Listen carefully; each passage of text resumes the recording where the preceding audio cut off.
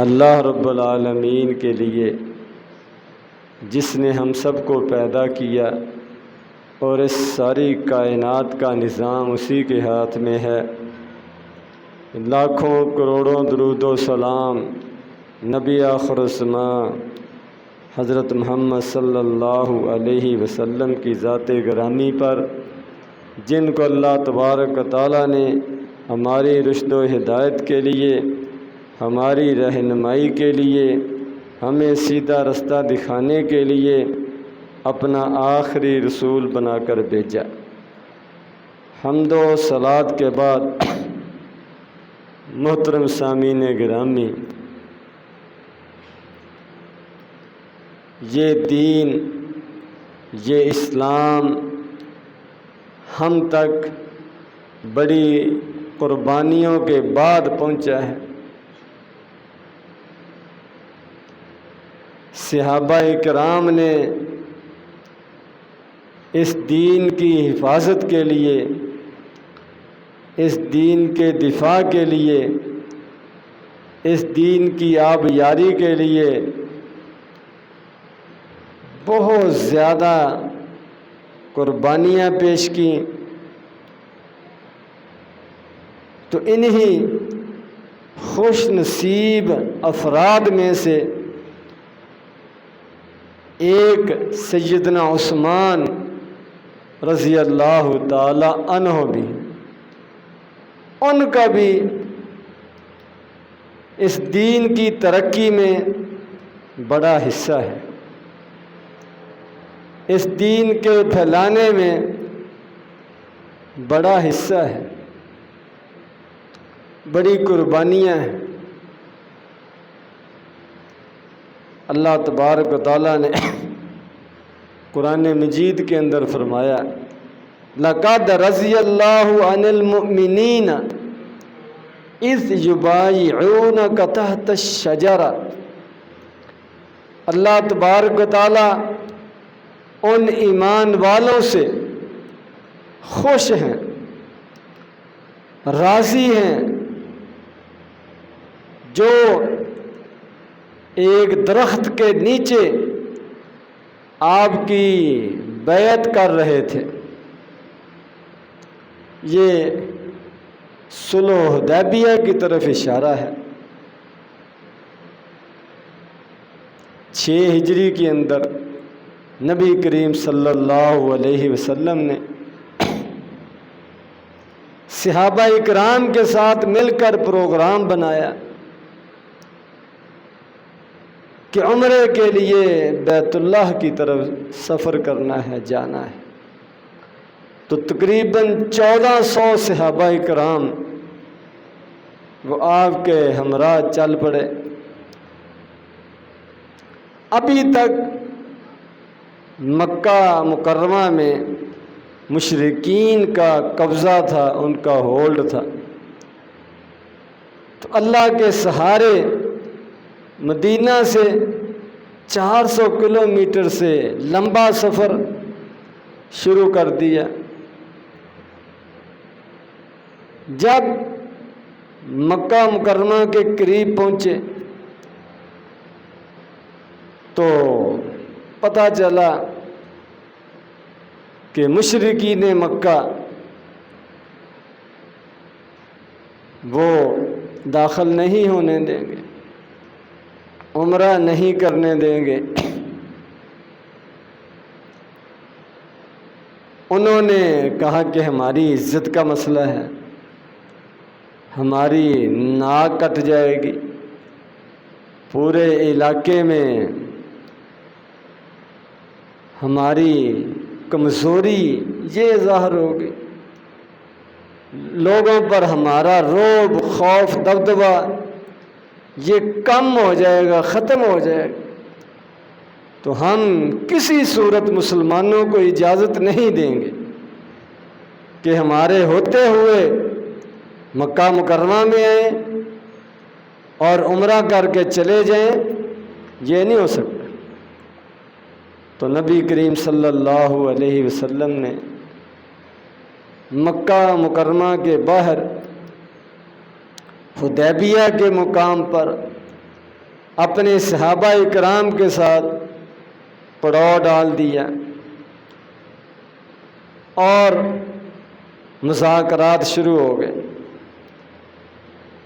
کہ بیت اللہ سب کی مشترکہ جگہ ہے، ہر ایک کو یہاں آنے جانے کی اجازت ہے، جتنا تمہارا حق ہے اتنا ہمارا حق ہے، اور ہمارا مقصد کوئی لڑائی کرنا نہیں، کوئی جنگ کرنا نہیں، صرف بیت اللہ زیارت کے لیے آئے ہیں، عمرے کی ادائیگی کے لیے آئے ہیں، اور ہم نے ادھر رہنا ہے، پھر ہم نے واپس چلے جانا ہے۔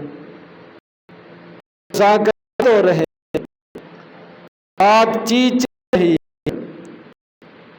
ایک دوسرے کی طرف وفد بھیجے جا رہے ہیں۔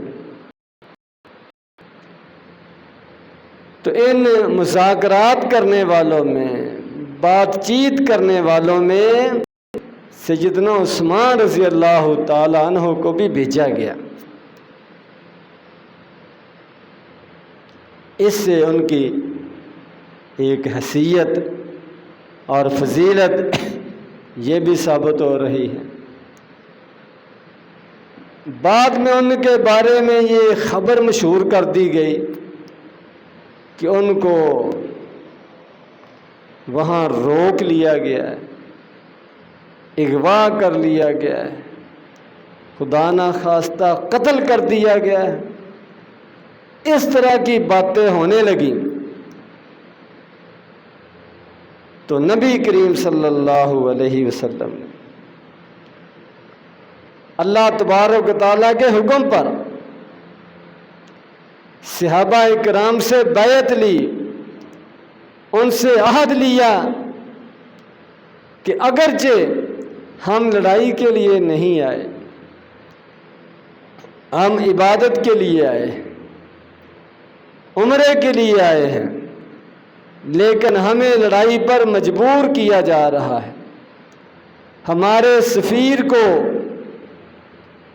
روک لیا گیا ہے، اس کو کوئی خبر نہیں ہے اور شاید اس کو قتل کر دیا گیا ہے، تو اب لڑائی کے بغیر چارہ کوئی نہیں، تو سارے میرے ساتھ عہد کرو، معاہدہ کرو، میرے ہاتھ پر بیعت کرو کہ اگرچہ ہم تھوڑے ہیں، ہمارے پاس ہتھیار بھی تھوڑے ہیں، ہم لڑائی کی تیاری بھی کر نہیں آئے،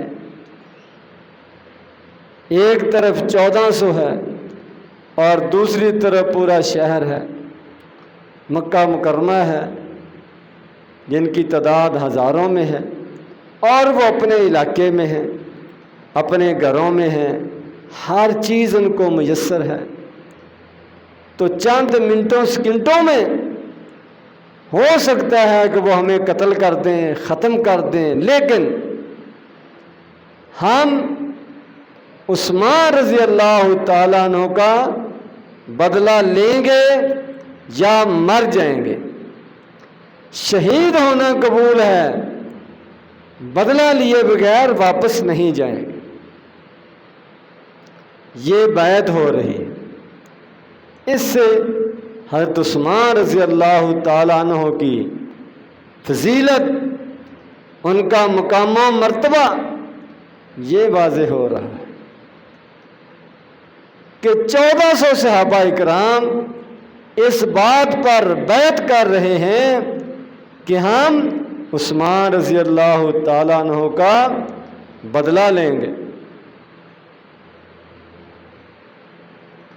اور نبی کریم صلی اللہ علیہ وسلم ایک ایک کر کے بیعت لے رہے، اور آخر میں آپ نے اپنے ایک ہاتھ پر دوسرا ہاتھ رکھا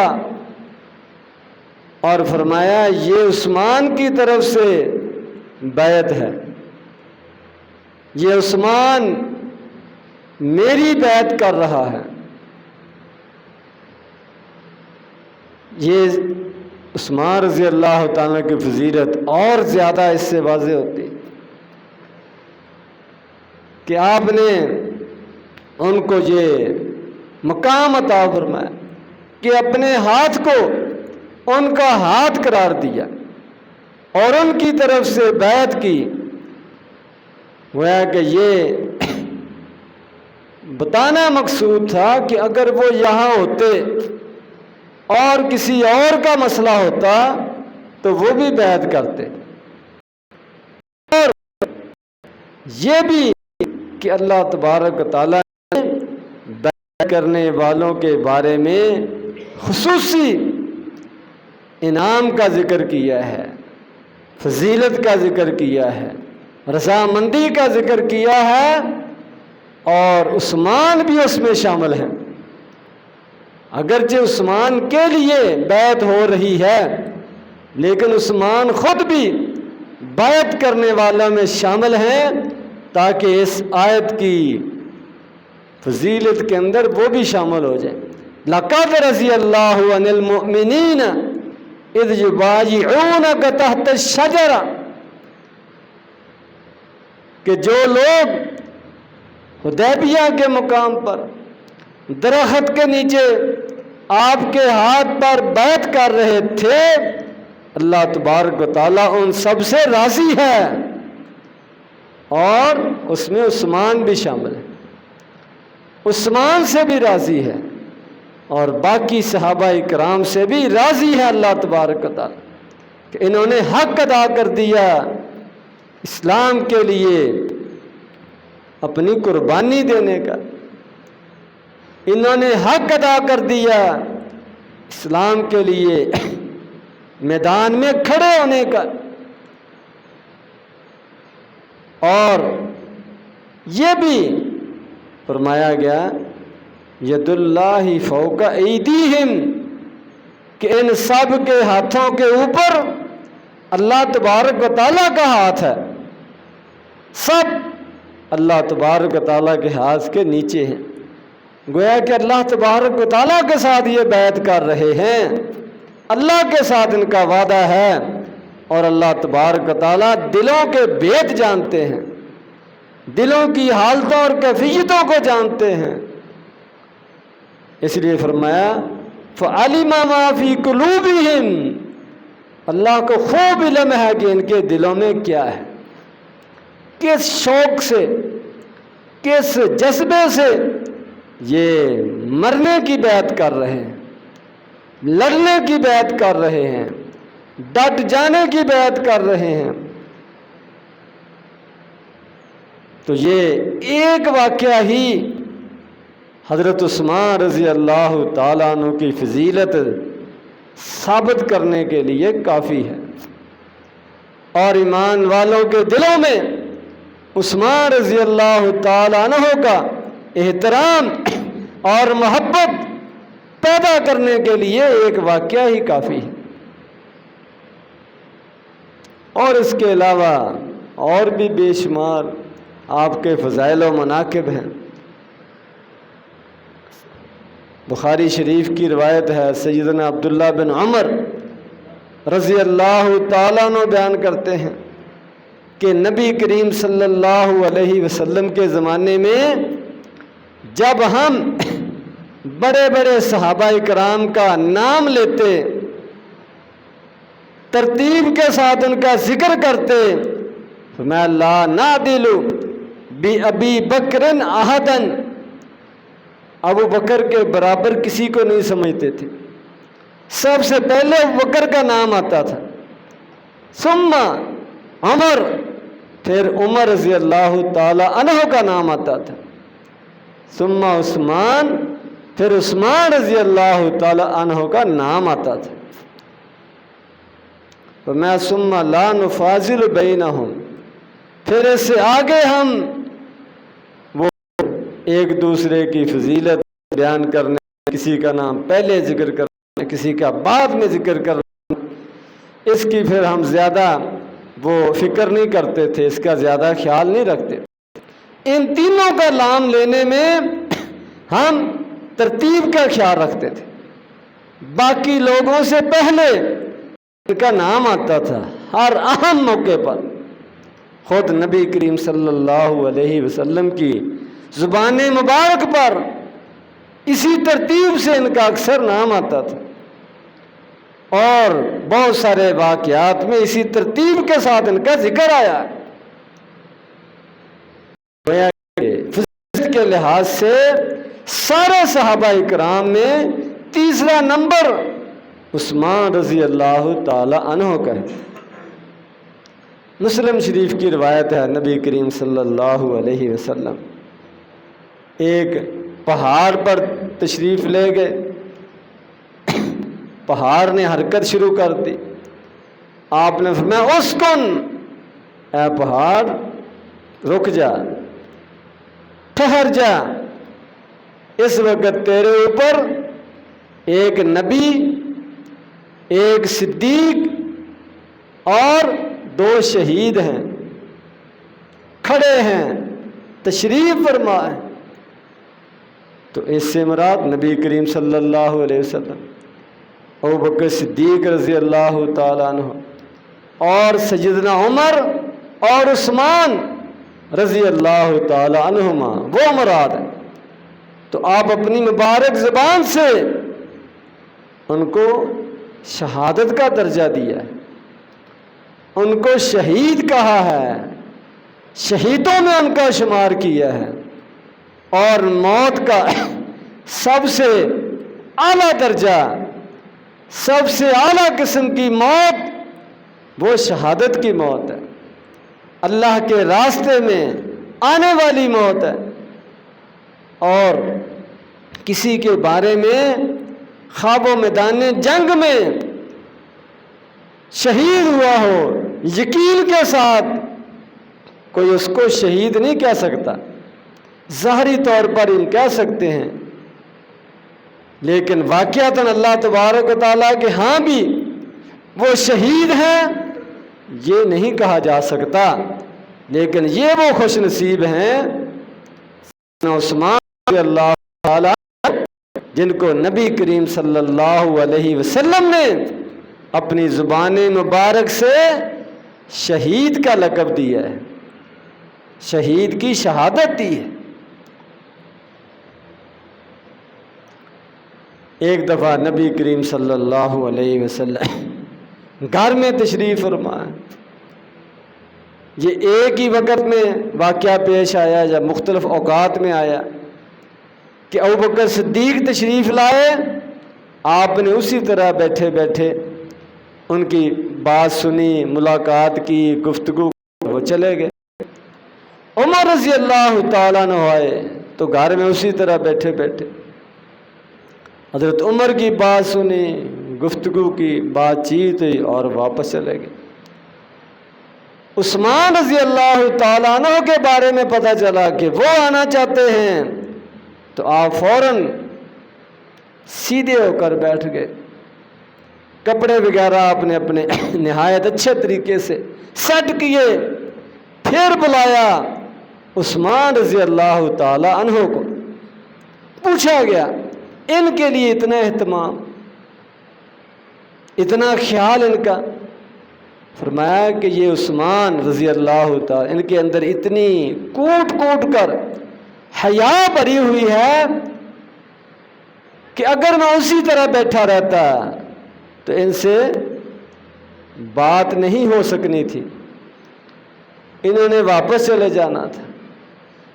اور فرمایا کہ یہ وہ آدمی ہے جس سے فرشتے بھی حیا کرتے ہیں، فرشتے بھی ان کی حیا کو سمجھتے ہیں اور مانتے ہیں اور ان کی حیا کا لحاظ کرتے ہیں.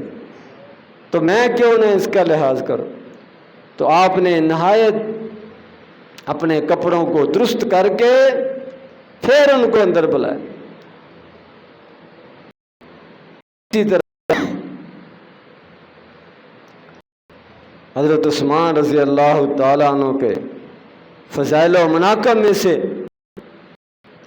کہ ایک دفعہ نبی کریم صلی اللہ علیہ وسلم نے صحابہ اکرام سے یہ کہا، مدینہ منورہ تشریف لانے کے بعد شروع میں پانی، پینے کا پانی، استعمال کا پانی، اس کا بڑی پریشانی تھی، بڑا مسئلہ تھا۔ تو بیر روما ایک کنواں تھا جو پانی کی ضرورت کو پورا کرتا تھا۔ تو نبی کریم صلی اللہ علیہ وسلم نے یہ اعلان کیا، کوئی ہے آدمی جو اپنے پیسوں سے، اپنی کمائی سے یہ کنواں خریدے اور مسلمانوں کے لیے وقف کر دے؟ فرمایا غفر اللہ لہ، اللہ تبارک و تعالیٰ اس کو معاف کر دیں گے۔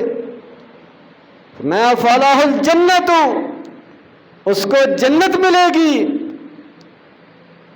تو کس نے یہ خریدا اور وقف کیا؟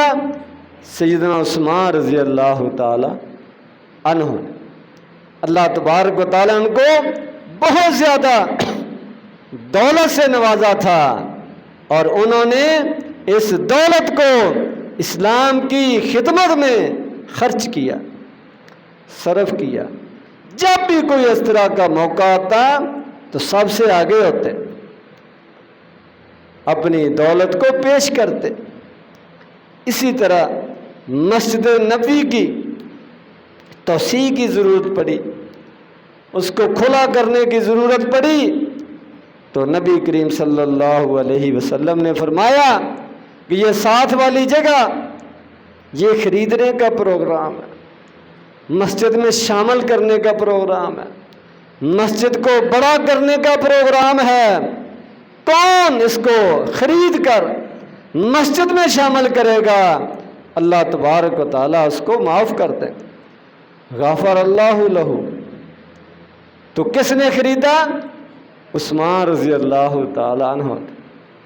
اللہ تبارک و تعالیٰ نے دولت دی تھی تو اس کو خرچ کرنے کا جذبہ بھی دیا تھا۔ غزوہ تبوک کے موقع پر بہت طویل سفر تھا، گرمی کا سفر تھا، نہایت تنگی والی حالت تھی، بہت ضرورت تھی سواریوں کی، اسلحہ کی۔ تو نبی کریم صلی اللہ علیہ وسلم نے صحابہ کرام سے کہا جس کے پاس گنجائش ہے، ضرورت سے زائد پیسے ہیں، وہ مسلمانوں کا تعاون کرے، اس جنگ کی تیاری میں حصہ ڈالے۔ تو سب سے زیادہ جس نے اپنا مال پیش کیا، ترمذی شریف کی ایک روایت میں 1000 دینار کا ذکر آتا ہے، وہ سیدنا عثمان رضی اللہ تعالیٰ عنہ نے قدموں میں لا کر ڈھیر کر دیا۔ کئی کلو یہ سونا بنتا ہے 1000 دینار کا، وہ آپ کی خدمت میں رکھ دیا، پیش کر دیا۔ تو نبی کریم صلی اللہ علیہ وسلم نے فرمایا ما ضر عثمان ما عمل بعد اليوم، آج عثمان نے اتنا بڑا کارنامہ سر انجام دیا، اتنی بڑی قربانی پیش کی ہے کہ آج کے بعد کوئی عمل عثمان کو نقصان نہیں دے گا۔ یعنی اللہ تبارک و تعالیٰ نے پچھلے گناہ بھی معاف کر دیے، آئندہ والے بھی معاف کر دیے۔ کوئی بھی ان سے کوئی غلطی ہو جائے، اللہ تبارک و تعالیٰ اس نیکی کی وجہ سے اس کا مواخذہ نہیں کریں گے، یہ نیکی ان کی ساری خطاؤں کو ختم کر دے گی، دھو دے گی۔ یہ حضرت عثمان رضی اللہ تعالیٰ عنہ کی خدمات ہیں، یہ ان کے کارنامے ہیں، یہ ہمارے سلف ہیں، یہ ہمارے بزرگ ہیں، یہ ہمارے بڑے ہیں جنہوں نے دکھا دیا، بتا دیا کہ اسلام کے لیے کیسے جیا جاتا ہے اور کیسے مرا جاتا ہے، اور کیسے قربانیاں پیش کی جاتی ہیں، اور کیسے زندگی وقف کی جاتی ہے، اور کیسے مال جو ہے وہ خرچ کیا جاتا ہے۔ تو ہم ان سارے صحابہ کرام سے، سب ازواج النبی سے، سب اہل بیت سے، نبی کریم صلی اللہ علیہ وسلم کے ساتھ تعلق رکھنے والے تمام افراد سے، لوگوں سے جنہوں نے نبی کریم صلی اللہ علیہ وسلم کا ساتھ دیا، اسلام کے لیے قربانیاں پیش کی، ہم سب کے لیے احترام کے اور محبت کے کلمات کا اظہار کرتے ہیں اپنی زبان کے ذریعے، اور ان کے لیے رضی اللہ عنہم کے الفاظ اپنی زبان پر جاری کرتے ہیں، جو الفاظ قرآن مجید میں اللہ تبارک و تعالیٰ نے ذکر کیے، لقد رضی اللہ عن المؤمنین اذ یبایعونک تحت الشجرہ، کہ صلح حدیبیہ کے موقع پر 1400 صحابہ کرام جو نبی کریم صلی اللہ علیہ وسلم کی بیعت کر رہے تھے، اللہ تبارک و تعالیٰ ان سب سے راضی ہے، تو ہم بھی ان سب کے لیے اپنے اسی نیک جذبات کا، اچھے کلمات کا اظہار کرتے ہیں کہ رضی اللہ عنہم، اللہ ان سے راضی ہوا، اللہ ان سے راضی ہو، ہم بھی ان سے راضی ہیں۔ اللہ تبارک و تعالیٰ قرآن و حدیث کو سمجھنے کی، اس پر عمل کرنے کی توفیق عطا فرمائے۔ وآخر دعوانا الحمدللہ رب العالمین۔